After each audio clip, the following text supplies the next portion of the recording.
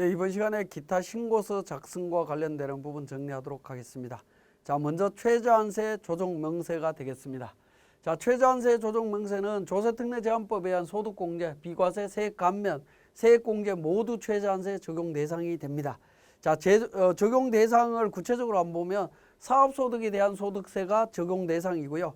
자, 부동산 임대업도 사업소득이긴 하지만 부동산 임대업 사업소득세는 중소기업 창업투자조합 출자와 관련되는 소득공제만 적용을 합니다. 그러니까 부동산 임대와 관련되는 부분은 최저한세가 적용이 안 된다라는 겁니다. 그렇지만 올해부터 새로 적용되는 부분이 있죠. 소형주택 임대사업자 세액 감면은 최저한세 적용 대상입니다. 자, 이 부분 주의해서 보실 필요가 있겠고요.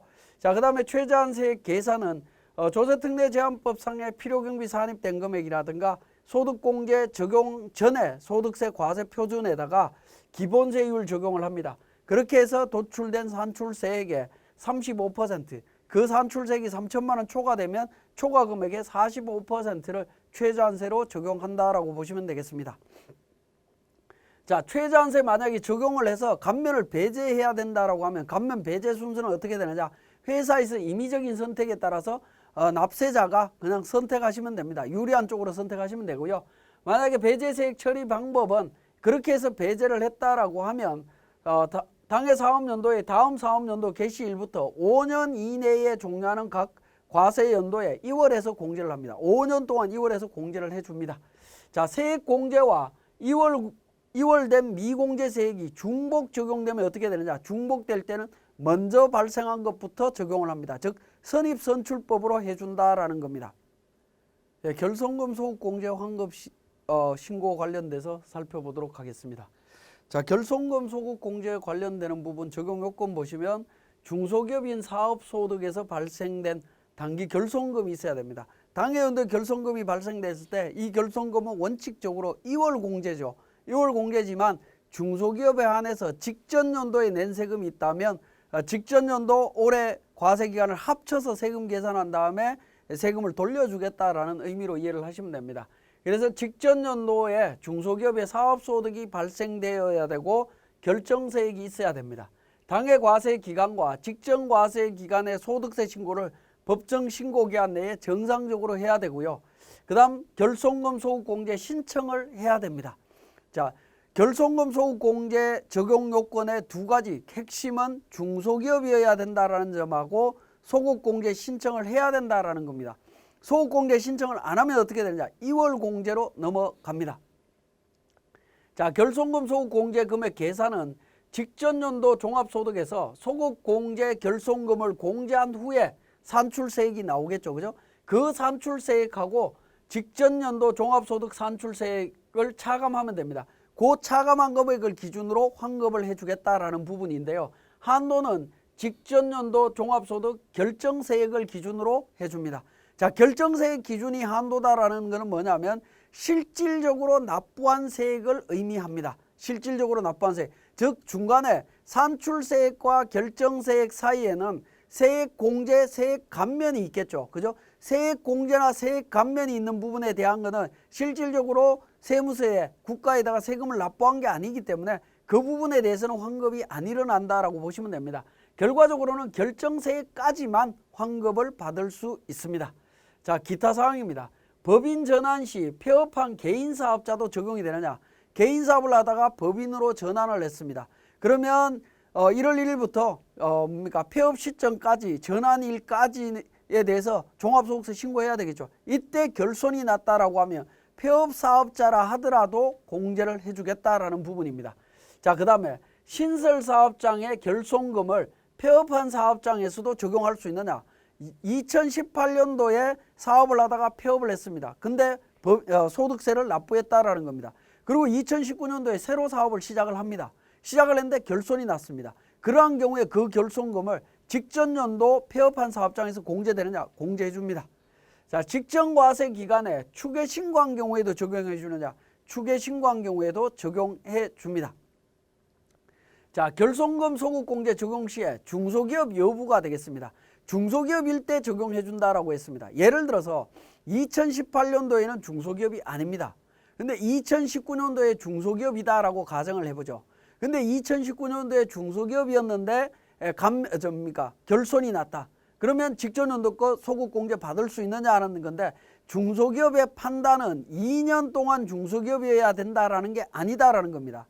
결손금이 발생한 사업연도 기준으로 중소기업이기만 하면 전년도 거 공제 받을 수 있습니다. 그래서 결손이 발생한 사업연도 기준으로 적용해 준다라는 겁니다. 자, 기억하시고요.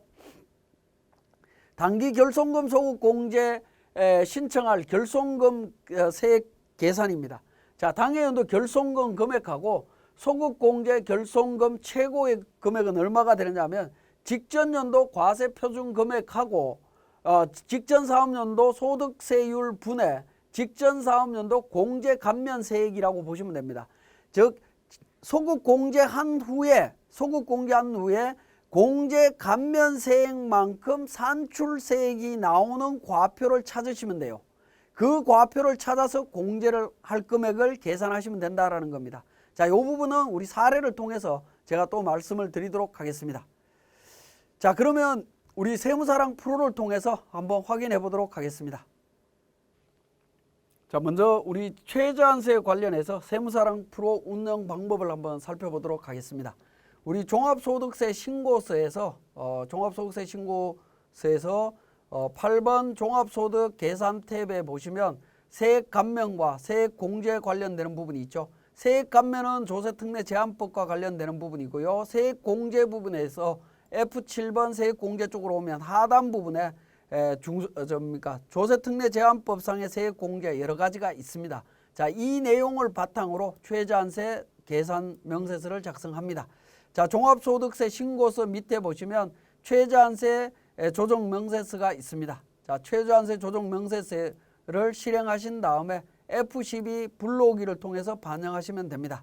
자, F12 불러오기를 통해서 반영하게 되면 관련되는 내용들을 자동으로 확인하실 수가 있고, 특히 우리 소득세액공제 신고서상에 노란 우상 공제 부분이 있죠. 소기업 소상공인 공제 부과 금액도 여기에 최저한세 적용 대상으로 공제되는 것을 확인하실 수 있습니다. 300만 원 반영되고요. 세액공제 세액 감면 금액 적용해서 최저한세 금액과 비교했을 때 최저한세 금액보다 더 오히려 납부세액이 많기 때문에 조정감에 대한 내용은 없습니다. 자, 이렇게 최저한세 적용이 된다라고 보시면 되겠고요. 개인사업자의 경우에는 최저한세 때문에 감면이나 이런 부분들이 배제되는 사례가 그렇게 많지는 않는 걸로 보여집니다. 자, 그렇게 최저한세 조정명세서 작성하실 수가 있습니다. 자, 그 다음에 농어촌 특별세 과세표준 및 세액 신고서가 되겠습니다. 마찬가지로 우리 종합소득세 신고서 상에서 세액 공제나 세액 감면 적용받은 부분들이 있겠죠. 이 감면 적용받은 부분 중에 농어촌 특별세 과세표준 및 세액 신고를 해야 되는 부분이 있다라고 하면 그 부분 반영을 하셔야 되는데, 기본적으로 우리 F12 8번 탭에 있는 종합소득 계산 탭에서 F12 부분을 누르게 되면 농특세 감면세액 합격표에서 과표 불러오겠느냐라는 부분입니다. 자, 그러면 우리가 농특세 과표 관련되는 부분에서 신고서를 작성을 미리 하시면 됩니다. 자, 그러면 우리 그 농특세 과표 금액 찾으시면 되는데, 우리 공제 감면 성실 쪽에 보시면 세액 공제 감면 쪽에 두 번째 탭에 농특세 감면세액 합계표가 있습니다. 농특세 감면세액 합계표 기본적으로 F12 불러오기를 통해서 작성을 하시면 되는데, 이 부분이 우리 프로그램에서 제대로 아직 반영이 안 되어 있는 것 같습니다. 그래서 농특세 적용 대상인 부분, 고용정대 관련되는 부분, 성실사업자 의료비, 교육비 관련되는 부분 제가 미리 등록을 했습니다. 등록된 내용을 바탕으로 해서 작성해 주시면 되겠고요. 이렇게 작성된 부분을 기준으로 해서 저장을 합니다.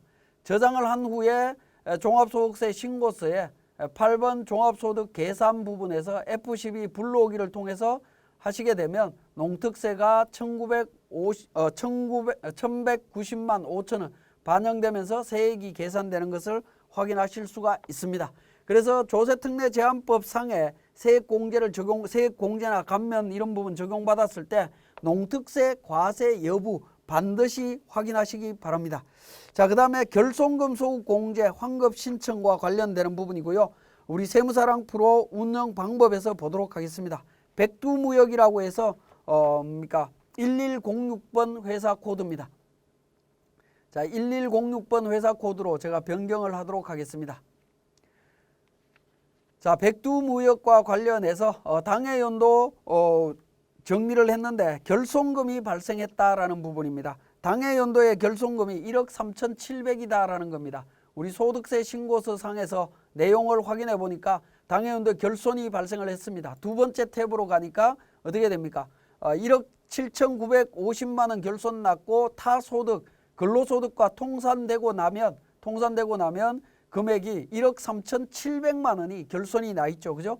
결손이 나 있는 부분을 그러니까 직전 연도 소급 공제 신청을 하고자 한다라는 겁니다. 그러면 종합소득세 신고서에 보시면 중간 부분에 결손금 소급 공제 환급 신청서가 있습니다.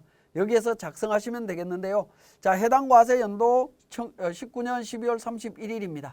그리고 직전 연도 18년 12월 31일이고요. 2월 결손금 총액 1억 3,700을 기록을 해주시면 되겠습니다. 자, 그리고 사업장별, 자, 사업장 기본적인 지금 결손금이 발생되어 있는 사업장 총액 기준으로 사업장별로 결손금액을 입력해 주시면 됩니다. 1억 3,700이고요. 자, 소급공제 받으려고 하는 2월 결손금은 조금 이따가 말씀을 드리겠습니다.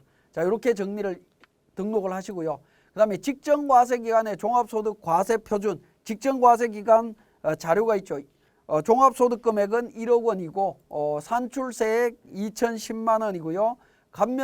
결정세액은 1,510만 원입니다. 즉 세액공제나 세액 감면 금액이 500만 원 있었다라는 부분이 되겠습니다. 자, 그러면 얼마를 소급공제 적용받으려고 할 때 2월 결손 금액을 얼마를 공제하면 되느냐는 부분인데요. 산출세액이 직전연도 소급공제한 후에 산출세액이 세액공제 감면세액 세액공제와 감면세액과 일치하도록 만들어주시면 됩니다. 산출세액이 500이 나오도록 만들면 되는데요. 그 500이 나오도록 하는 방법이 그 세율 구간으로 따져주시면 된다라는 겁니다. 산출세액이 500이 되려면 과세표준 구간은 15% 세율이 적용되는 구간이 될 겁니다. 우리 교재 동그라미 2번에 그 내용들을 자세하게 설명을 해놨습니다. 그렇게 해서 도출된 금액이 5,946만 6,667원이 되겠습니다. 자, 이 부분을 공제를 해주시면 됩니다. 667로 해서 공제를 하게 되면 1,510만 원을 우리가 환급 받을 수 있다라는 겁니다. 그러면 소급 공제 후 사업장별 종합소득 산출세액은 얼마죠? 499만 9,999원, 즉 500만 원이다라는 겁니다. 500만 원과 딱 맞아떨어지기 때문에 1,510만 원을 공제받을 수가 있습니다. 자, 1억 3,700만 원에서 5,946만 6,667원만 공제를 하고 나머지 금액은 2월 공제로 들어가면 되겠죠. 자, 2월 공제로 들어가야 되기 때문에 이 부분을 관리를 하셔야 됩니다. 관리하는 방법은 자, 이 금액을 기억을 하신 다음에 자, 우리 종합소득세 신고서 쪽에서 관리를 해주시면 됩니다. 자, 종합소득세 신고서 쪽에 두 번째 탭에 2월 결손금 공제 부분에 당해연도 2월 결손금은 당해연도에 발생된 금액은 적용하지 않습니다. 그렇지만 당해연도에 발생된 금액을 1억 3,700에다가 당해 소급 공제 금액 기록을 하셔갖고 잔액 7,753만 3,334원은 2월 공제되는 걸로 이렇게 표현을 해주시면 내년도에 2020년도에 종합소득세 신고할 때 결손금 잔액을 정확하게 반영하실 수가 있습니다. 소급 공제 받았는데도 불구하고 이중으로 또다시 공제하는 오류를 방지할 수 있기 때문에 우리 종합소득세 신고서에다가 이렇게 반영을 해주시면 좋겠습니다. 자, 이것으로서 우리 기타 신고 서식을 마치도록 하겠습니다.